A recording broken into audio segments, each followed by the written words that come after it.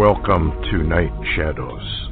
I'm Stewart Best, where the paranormal is normal, where that which you thought you knew, you didn't, and where the future can be known if you know exactly where to look. Well, hello everyone, and thanks for tuning in and listening. I'm sorry I did it on a late night notice because of where I was out and didn't get a chance to really put it up in time for people to tune in. But there's a lot going on, and some of it appears to be extremely dangerous, a lot of dangerous threats being hurled. And then, of course, we have ruler against ruler. It was Jeremiah, Pelosi, and Trump.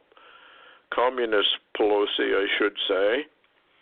And this is a big standoff, and it shows utter and total disrespect for the president office. Whether you like Trump or don't like him is immaterial. It's just total disregard for the office. And this is typical of the communists. Pelosi's a deep state communist, no other way to word it. So is Schumer and the rest of they're guilty of treason. They're trying to overthrow this nation. Anyway, hi Larry, how you doing? Hey Stewart, yeah, you're right. I think Pelosi has the virus. Let's get into that. As long as you brought up the word virus, we had the stupidity virus on the Bible codes. But I noticed that Barry's got a new one. Do you have it in front of you, the words? Yeah, I do. Oh. Yeah, let's go into that. What's the latest on that? Well, it's very interesting because, he had run that stupidity virus under a different matrix but found it. And this one's really interesting. This was a matrix by Barry Rothman, January the 22nd. He's still got it under construction. The title is our divided government linked to UFOs? ? And he makes the comment, does UFOs or alien virus in any way affect government and Congress? And in this first matrix, he's actually got 11 wordings and one phrase. Let me read them to you and see what you think. Number 1, government is divided. Number 2, infection. Number 3, virus. Number 4, Schumer. Number 5, McConnell.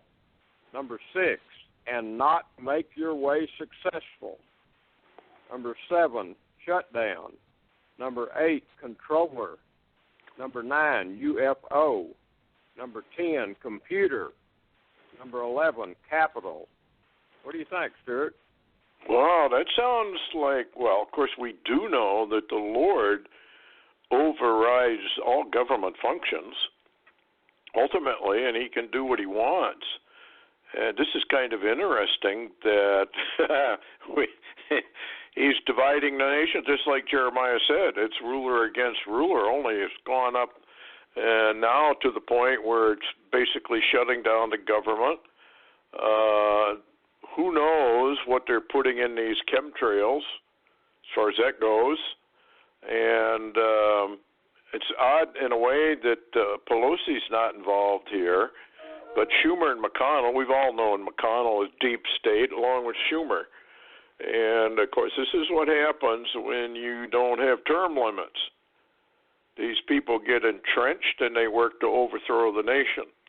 And they wouldn't be able to do that if they were limited to like a 4-year term and could never serve again in any capacity.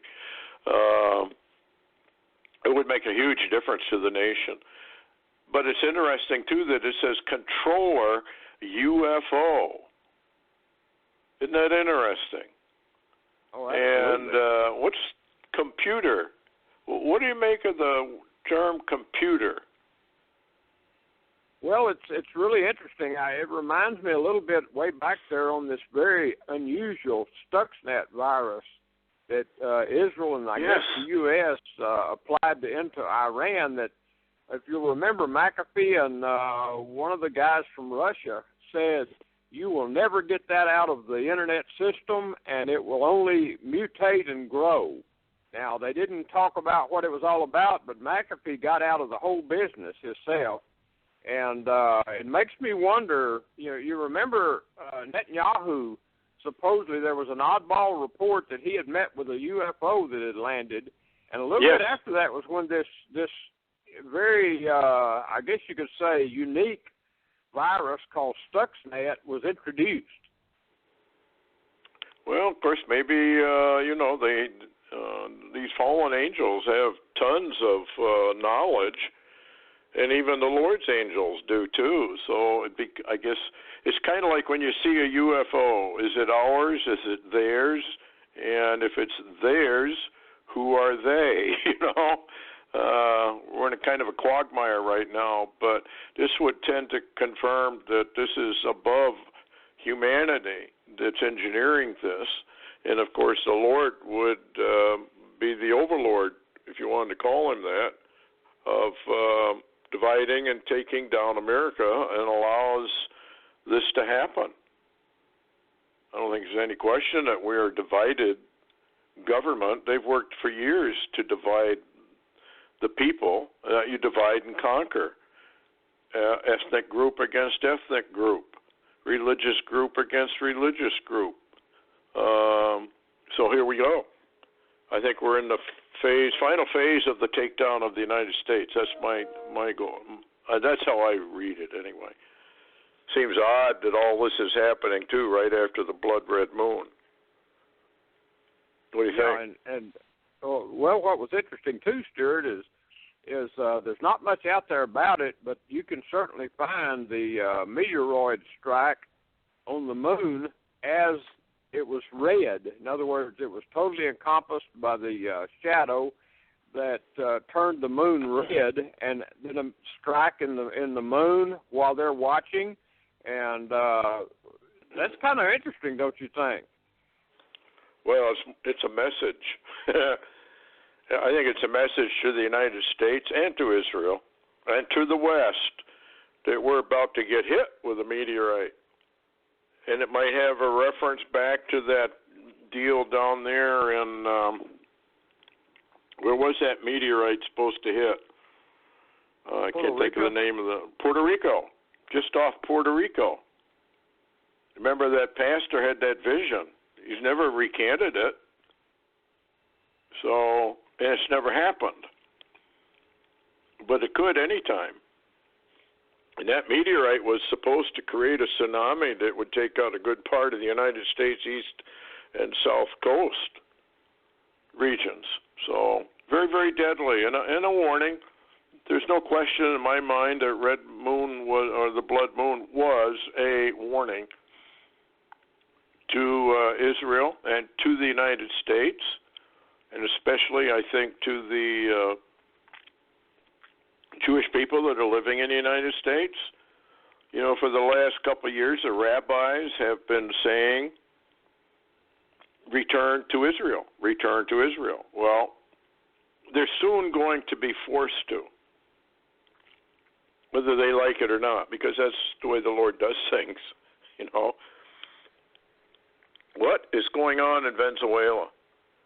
That looks like a major war is developing. What's the latest on that? Yeah, the very interesting part on that is the fact that today Trump officially recognized the opposition leader. His name's Juan Guaido, that was, actually sworn in to the presidency of Venezuela by the parliament today. And just as soon as that happened, Maduro, he cut all ties with the U.S. He gave, I think, the diplomats 72 hours to leave the country, and he put the military in the streets. So, and a matter of fact, Pence was on talking, and he also said America supported, the opposition leader as the new president, and at the same time, Pence said that all options are on the table. My understanding of that is he did not rule out military intervention or invasion.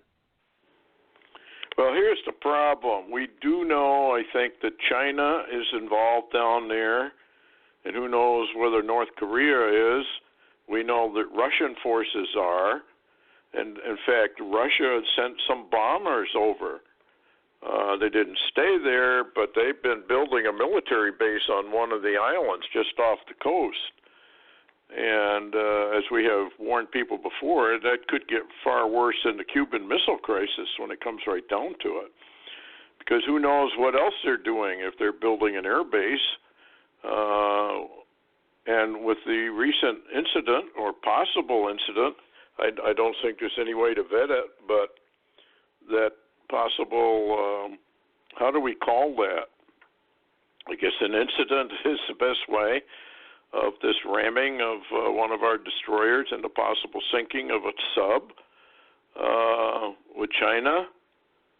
I don't know. What do you think? I mean, this whole thing, he's telling, if he's severing all ties with the United States, that means he is seizing power, whether he's duly elected or not.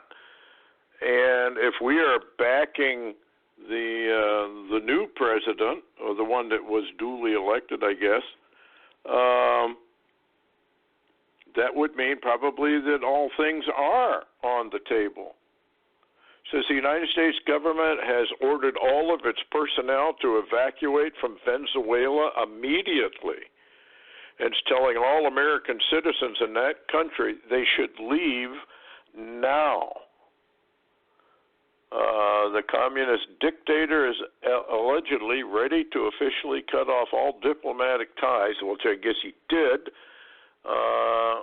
So they already got social chaos. But why would you tell the American people to get out unless they feel that major war is right around the corner? Yeah, that's very true. And my understanding of the situation with the island that Russia is building a base on is that they owed Venezuela, Maduro owed Russia a large sum of money, and they could not pay it. They defaulted on it, and Maduro literally signed over that island to Putin as a Russian, I guess you could say, part of geography. In other words, that island now is somewhat like Crimea. It's under Russian control, which really does complicate the matters. As you mentioned, there's also reports coming out of that region that Russia's down there, the Iranians have forces down there. It's supposed to be ISIS folks in that location, and also China is reportedly behind a lot of the migrant caravans coming north. And as well as we know at the moment, a lot of these caravans, nobody knows in the further rear end of these caravans who's involved. You know, because some of the I guess you could say the front guard of the beginning of those caravans, if you'll remember, some of those were talking about there were tanks going to come up later on. So where were they going to come from? You know, and I know the American people just can't wrap their brain around an invasion. They just can't do it, even though Red Elk and even though the military did an assessment of an invasion, and even though, Stewart, I know I forwarded that to you today, actually, Lisa Halen interviewed Dave Hodges, and they're claiming a Red Dawn scenario is beginning on our southern border. Yes, I think so, too. There's no question that the Bible says emphatically that America is attacked. And we've known of infiltration. I've known about it for years because we got a call from a nun who was operating, I don't know what you'd call them, halfway house or help house or something for people coming across the border. And she claimed, and this was years and years ago, that she was shown maps and were talking to these people about where they were going and how they would embed themselves into their communities and live there. And when this call came forward, bang, we have not only internal conflict and a takedown, and we also know from long ago, and I'm sure you've heard about it, the Russian Spetsnaz nukes, suitcase nukes that have been brought into the United States and secreted away for use at a later time. So we could have tremendous mischief, as the Bible calls it, in our cities. And once that starts, we're on our way. And I'm very suspicious with Pelosi's move and the way they're acting that we're going to have national insurrection here put on by the communists to go further into a martial law situation. It'll be very interesting to see what happens with this Pelosi-Trump standoff. And it's amazing to me that the American people don't just rise up and impeach her, get rid of her. And they don't want to do anything to these communists. This is what we're dealing with. And as we have been saying for years, this is a communist coup. It's just been on slow burner, but it seems to be speeding up at this point. And with a war in Venezuela, and what's this deal with the threats that are being made over, here's a headline, World War III, rapid military escalation occurring between Iran and Israel.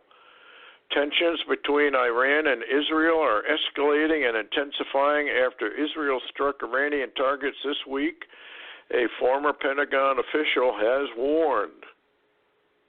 And the threats that were made by the old Ayatollah, I guess, basically, we're going to bury you. You will not be anymore, Israel. And, of course, Israel keeps saying, well, you're not going to be anymore either. So...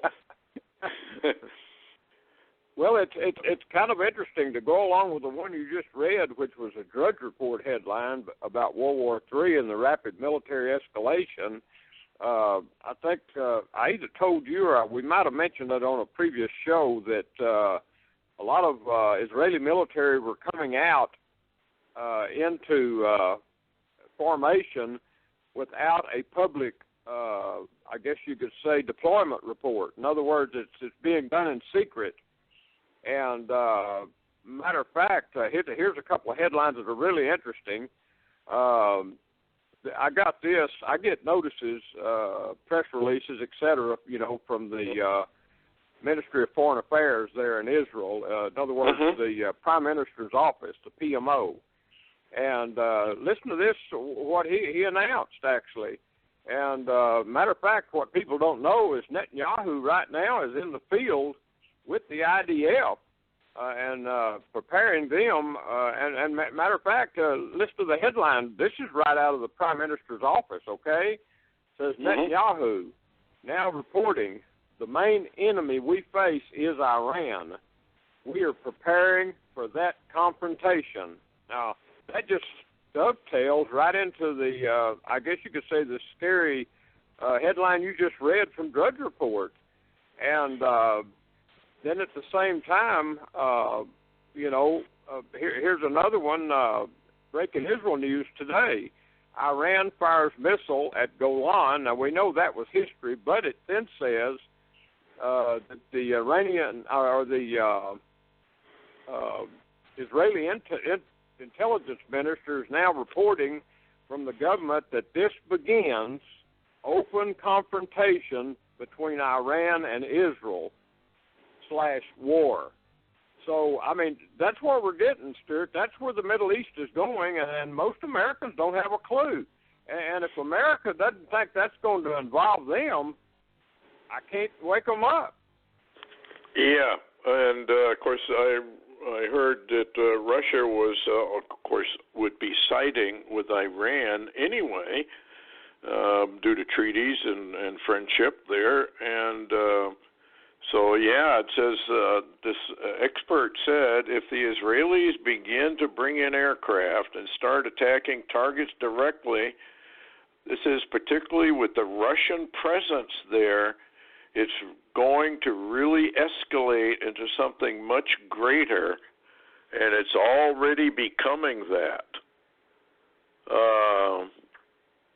And the Iranian guy, I can't remember how he worded it, but more or less issued a chilling message, warning it is impatient, ready to confront and destroy the nation, in a statement issued just hours after Israel launched their air raids in Syria.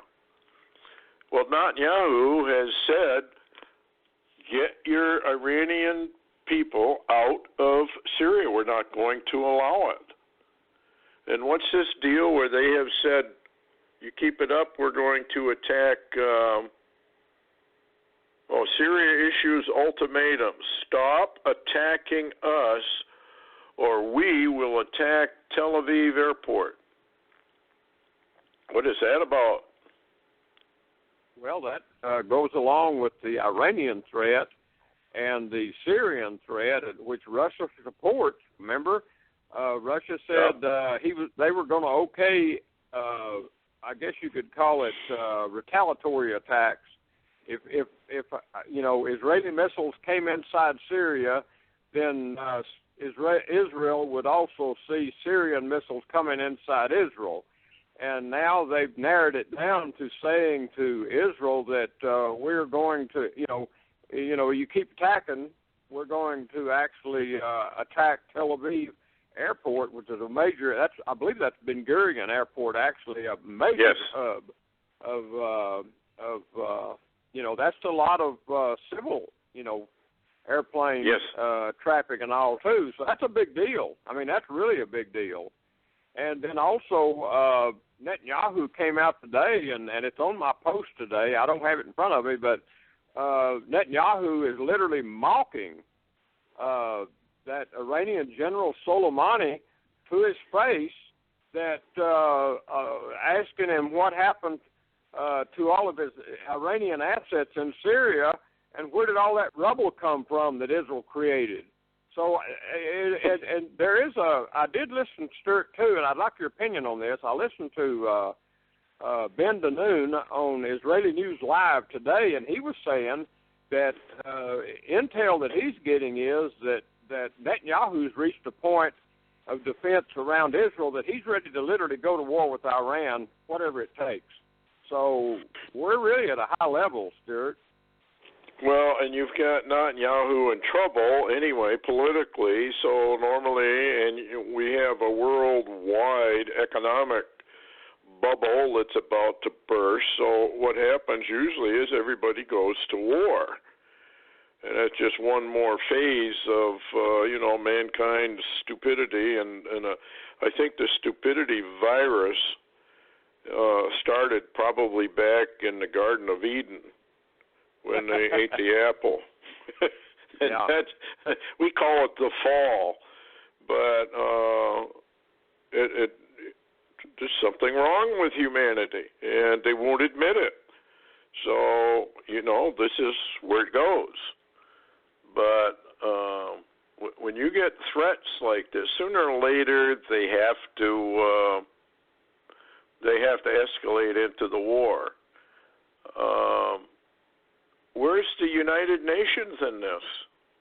This is probably what's going to happen. We go into the war, and then we get into this peace agreement that'll be shoved down everybody's throat. What do you think on that? It seems like that's where we're headed. Well, it's kind of interesting, Stewart, because of the fact that, Kushner and I think Greenblatt and a few others were working on that peace treaty. And it's Trump's peace treaty is what they call it, and they were, they've been going to try to implement that all this last year, but it didn't work out. And the latest I've heard from Pompeo and Kushner is the fact that because of troubles, and especially election troubles, as you brought up a minute ago with Netanyahu and Israel, it appears now that they're going to have to wait until the April election for Netanyahu to proceed with the peace treaty. And there's also background chatter, though, that's kind of disconcerting because there appears to be, or there's claims that there's attempted assassinations occurring against Abbas, the Palestinian president. Yes. So there's something really strange going on, but it doesn't appear it does. This is what appears, Stewart, and I'm just guessing, but it appears that they've got Trump so cornered that they're not able to implement what he has put forth. But it does appear that waiting in the background is the UN and the Vatican ready to implement a peace treaty of their own as they bring this to failure, possibly. Yeah, I would guess they would do that. And it's all orchestrated. That's my take on it, folks. We're being scammed, really. It's all a sham. And yeah, you got the playbook. It's called the Bible. And you know which play, it curtains up Act 1, curtains up Act 2. We are coming up on the final act before the Lord decides, well, I guess it's time for Daniel's 70th week. And maybe we'll straighten out the nations doing it that way, seeing as they will not be straightened out any other way. So, have at it. And when the pieces are over, hopefully mankind will have learned a lesson for a week or two before they have at it again. The Lord's solution for the United States is a super heat wave, it appears, and it's very instantaneous, but it does its job. And it appears that the same thing is slated for the globe as well. And we're messing with a creator that does have patience, but there comes an end to anyone's patience. And when that happens, you got troubles. And as Red Elk said, I think we're getting ready to be spanked, is the way he worded it. And a spanking you don't want. What else you got, Larry? We got a couple minutes left. Yeah, what's kind of interesting, too, is the fact that with the hams, the operators, the emergency management around the country, FEMA, et cetera, we are seeing, I've never seen such a litany of warnings about an EMP ever, not ever. And on top of that, Stewart, you remember I think it was the second movie of Predators. Listen to this headline. The reason I bring up the Predators movie is listen to this headline. This is brand new. Actually, it's on Q Alert and out of the press in the UK. NASA detects massive anomaly below Antarctica, a huge gravity anomaly beneath the ice of Antarctica. Says the anomaly measures at 300-mile wide distance and is possibly an impact crater below the ice. And the reason I mention that, Stewart, is there appears to be a gravity anomaly or some kind of anomaly they're monitoring satellites, but when they actually try to look down under that ice, they're finding something that looks like an impact crater ridge. And, Stewart, that really made me think immediately of Stan Deyo. And remember, he said Antarctica at one time was back up in the Middle East area, and an impact drove it the other direction. Yes, I remember that. That Predator movie is very, very interesting. The third, I think it's the third one, where they discover a magnetic anomaly, and they go down to take a look, and they discover an alien base under the ice. Very, very interesting. And Hollywood movies generally come from, how do I word this, legitimate sources, and they make it into fiction. Because the elite like to say, well, we were gentlemen, we told you all about it. It was in the movies. If you're not smart enough to figure out it was real, that's your problem. But we told you. And that's the way they operate out of Hollywood. So anyway, thanks a lot, Larry, for coming on. We'll certainly keep everybody posted if we have an emergency update. But look for war, either in Israel, Venezuela, who knows. That's where we're headed, folks. We're headed into a time of trouble. Remember the blood red moon and what it meant. And I think we're going to prove it out, sadly. Anyway, good night. Take care.